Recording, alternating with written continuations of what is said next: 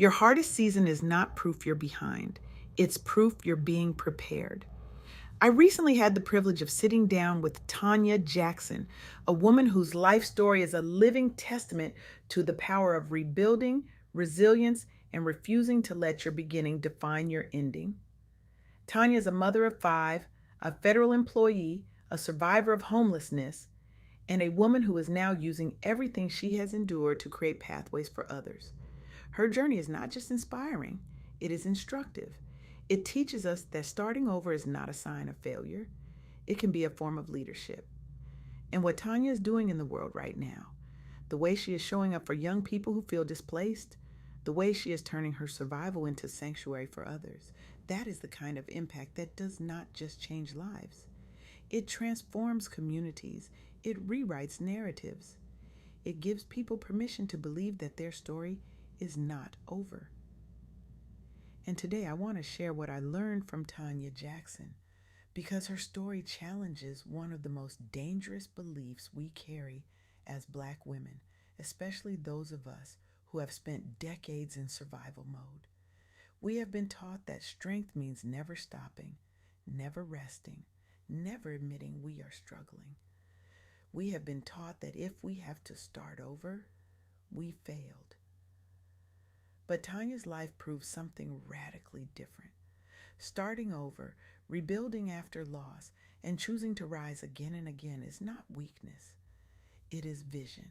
It is courage. It is leadership in its most raw and powerful form. Let me tell you about Tanya's journey. She dropped out of high school. For years, she carried the weight of feeling like she had already started life behind. But she made a decision. She went back. She earned her GED. That was the first time she realized she could rewrite her own story, even if it did not happen on the timeline she expected. Life did not get easier after that. She became a mother of five. She worked for Georgia Medicaid. She experienced the loss of her grandmother while still trying to build stability for her children. She carried grief, responsibility, and survival all at the same time. Then she made a bold decision. She moved to Houston alone with her five kids. She did not have a perfect plan. She was searching for something deeper, a connection to where she came from, because Houston is her birthplace. But when she got there, life tested her in ways most of us cannot imagine. She experienced homelessness. She stayed in a shelter during Hurricane Harvey. She has been homeless more than once in her life. But even in those seasons, she never stopped being a mother. She stayed focused on her children's future when she had nothing stable around her. She pushed through uncertainty, fear, and exhaustion. And today, she can say something she is deeply proud of. She has a beautiful home now. She graduated all three of her sons in Houston by herself, and they have never been in trouble or had major issues. She is now a federal employee, which represents another chapter of stability she worked hard for. But even with all of that, Tanya does not feel like her story is finished. Her heart is pushing her toward opening a group home because she understands what it feels like to be displaced, to be struggling, and to need guidance when life feels unstable. She does not just want to survive her story, she wants to use it to help others survive theirs. Now, here's what struck me most about Tanya's journey. It was not just that she survived, it was how she redefined what survival meant. She did not just endure hardship, she transformed it into purpose. And that is the counterintuitive idea I want us to sit with today. We have been told that the goal is to avoid starting over. We have been told that the goal is to get it right the first time. But what if starting over is not a detour? What if it is the path itself? Let me show you what I mean by looking at three women who embody this truth. Oprah Winfrey grew up in poverty in rural Mississippi. She was born to a teenage mother. She experienced instability, abuse, and trauma that could have easily defined the rest of her life. The world did not expect much from her, but Oprah made a different choice. She pursued education, She found her voice in media. She committed herself to personal development and to using her platform strategically, not just for visibility, but for impact. She did not just survive her childhood, she studied it. She used it. She turned her pain into a blueprint for how to connect with millions of people who felt unseen, unheard, and undervalued. Today, Oprah Winfrey is a global media leader, entrepreneur, and philanthropist. She has inspired generations of Black women and entrepreneurs to see visibility, ownership, and influence as possible despite adversity. Her story reinforces what Tania Jackson's life is teaching us right now. A painful beginning does not control the ending. Ursula Burns grew up in a lower income neighborhood in New York City. She was raised by a single mother who cleaned homes and ran a daycare to make ends meet. Ursula faced economic limitations and the barriers that often confront Black women in corporate America. But she pursued engineering.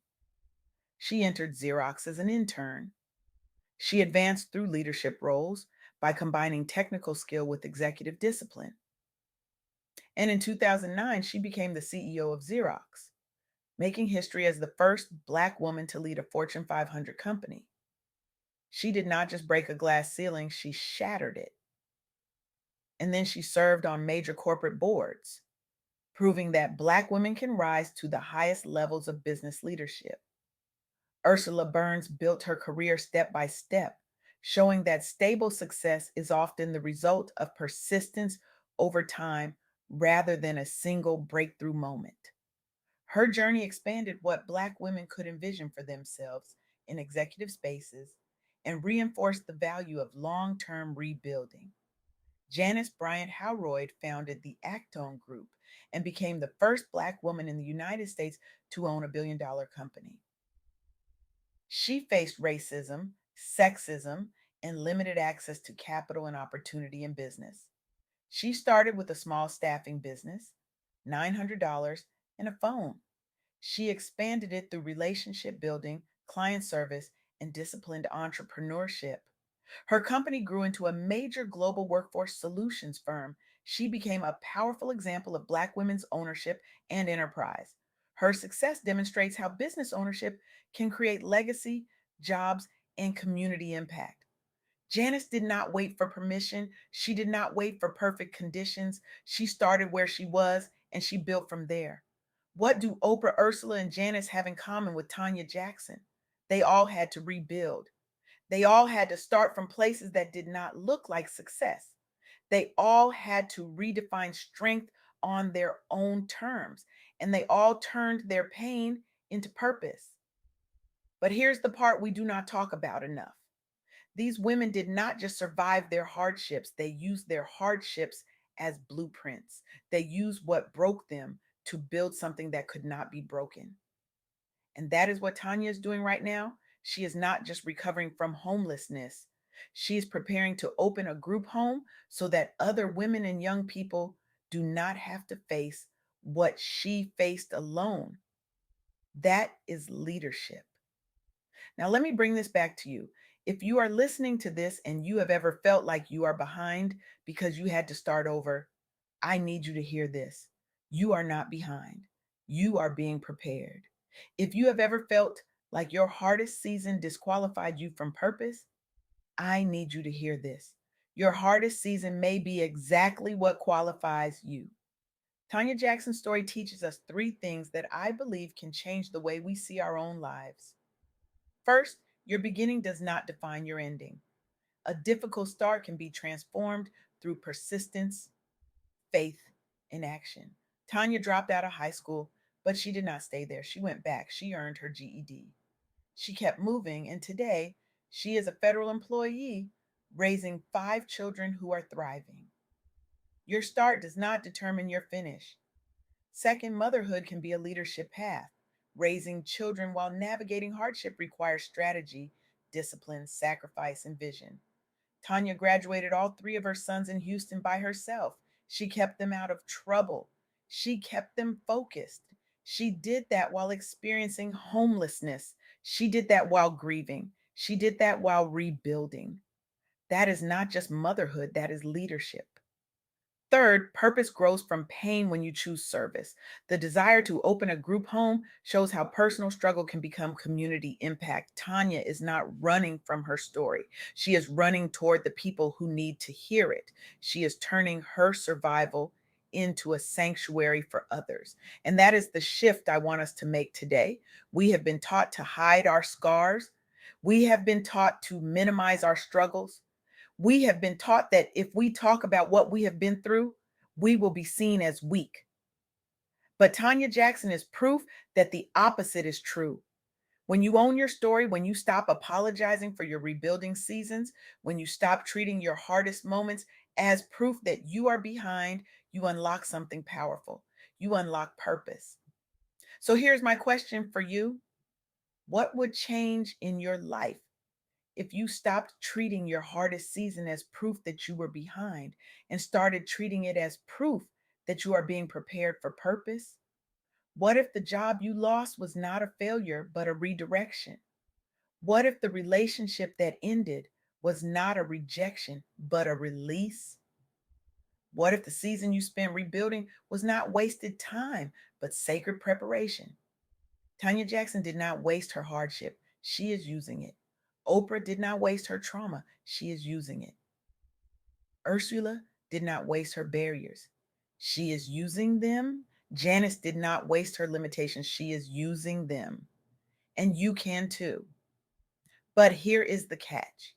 You have to stop apologizing for your journey. You have to stop comparing your chapter 3 to someone else's chapter 20. You have to stop treating rest as laziness and rebuilding as failure. You have to give yourself permission to be soft in a world that taught you survival. Because here is the truth: survival is not the goal, thriving is. And thriving does not mean you never fall, it means you know how to rise, it means you know how to rebuild, it means you know how to turn your pain into purpose and your struggle into service. Tanya Jackson is doing that right now, and she is doing it without a cape. She is doing it with honesty. She is doing it with faith.